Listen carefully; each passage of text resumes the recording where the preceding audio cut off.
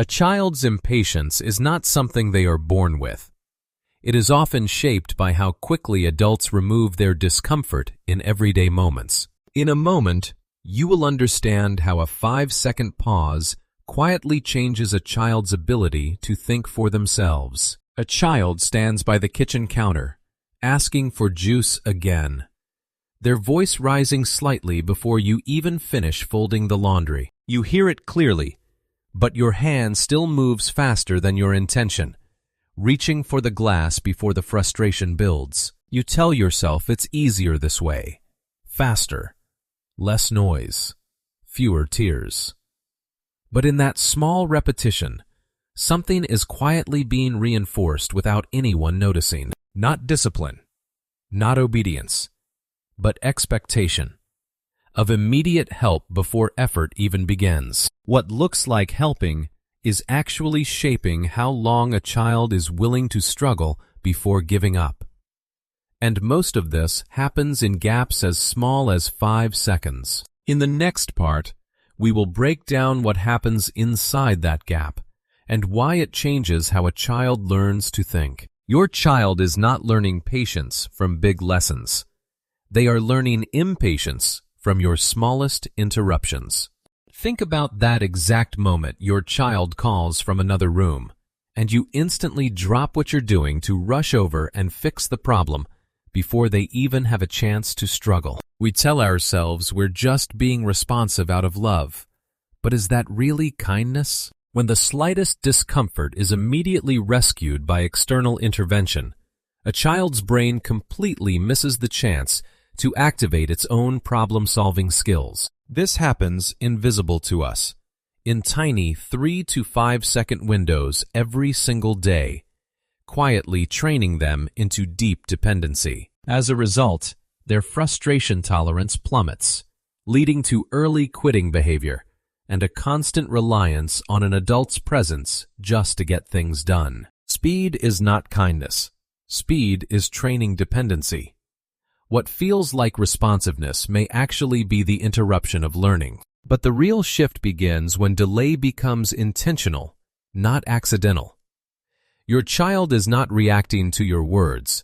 They are reacting to your timing. Every time your child requests help, responding within seconds accidentally builds a clear prediction model in their brain.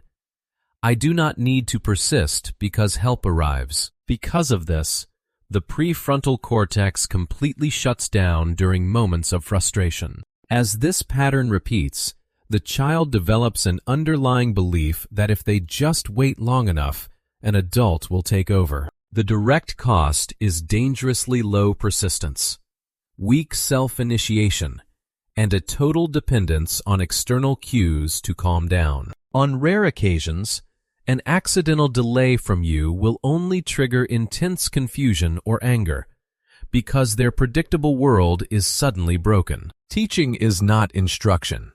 It is the repetition of timing. Behavior is stored faster than explanation. And once timing becomes predictable, the brain stops trying to struggle. Helping too fast removes the exact moment learning is supposed to happen. When parents immediately correct homework mistakes, fix broken toys, or prevent frustration before a child even attempts a task, a critical cycle is broken. The child completely avoids the error processing phase, meaning the loop from mistake to self-correction never completes. Because of this, the brain misses the opportunity to build essential resilience pathways. It is common to believe that without parental intervention, a child will struggle too much. However, the long-term cost is a growing fear of making mistakes, a very low tolerance for uncertainty, and a strong tendency to avoid independent attempts altogether. Comfort is not the goal of learning. The completion of struggle is. What ends discomfort early also ends growth early. And this pattern becomes strongest in moments parents don't even notice. Most dependency is not taught intentionally. It is created under pressure. Picture an exhausting evening when you are trying to handle work, manage the household, and your child is repeatedly demanding attention. To quickly silence the noise and reduce the mental pressure, the easiest choice is to solve the problem instantly, just to get through the moment. You tell yourself you just need a brief window of peace. But what is your child's brain actually learning? They learn that urgency and escalation guarantee a faster reward. Without realizing it, emotional escalation becomes their most effective communication tool. The long-term cost is increased whining, a dangerous dependency on throwing tantrums to get results, and a severe reduction in their emotional self-regulation. Short-term peace can create long-term dependency. When pressure increases, teaching decreases. And this is exactly why small, structured delay matters more than big explanations. 5 seconds is not delay. It is the space where thinking begins. When parents intentionally pause for 5 seconds before responding to non-urgent requests, the child experiences a consistent micro-delay across daily interactions. This small, purposeful interruption directly breaks the dependency conditioning loop.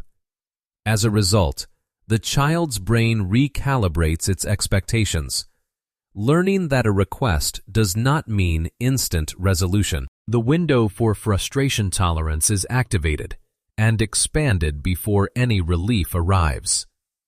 Many parents do not realize that their own response speed was actually shaping their child's impatience. Without this critical 5-second gap, a child remains reactive and completely dependent on external regulation. Helping slower is not neglect, it is structure. What you delay slightly, they begin to process internally. But the method only works when it is consistent, not occasional. Inconsistency does not confuse the child. It trains them to push harder. When parents sometimes wait and sometimes help instantly, the child increases their whining or emotional escalation just to test the response pattern. This unstable reinforcement schedule accidentally strengthens persistent demanding behavior, not patience. The child develops an underlying belief that if they just try harder, they might get help faster. The ultimate cost is more demanding behavior and a complete loss of trust in the waiting process. This lack of consistency turns a learning moment into a guessing game for the child's brain. Random help creates persistent asking behavior.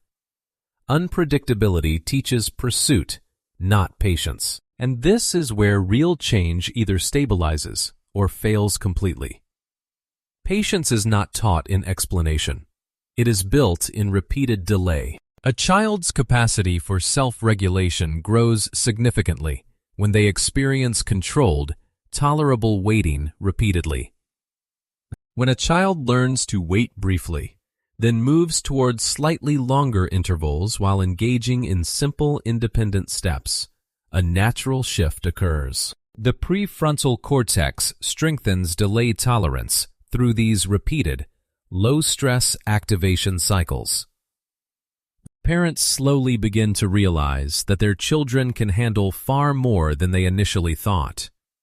Without this practice, a child remains highly reactive and externally dependent. But giving them this space provides the exact framework they need to navigate challenges on their own. Capacity grows only inside tolerated discomfort. What is repeated becomes natural, and when repeated enough, waiting no longer feels like waiting. Independence does not appear when help increases. It appears when intervention slows. When parents pause before reacting, allowing for a moment of silence and letting the child struggle briefly before stepping in, a major turning point happens. The child begins internal problem solving instead of instantly triggering the external dependency loop. Many parents suddenly realize a powerful truth. Maybe they have been removing their child's chance to think. Without this critical shift, true independence never fully forms. Your child does not need faster help. They need the space to think. Thinking begins where rescue stops. The pause is where independence is born. And this final message closes the loop.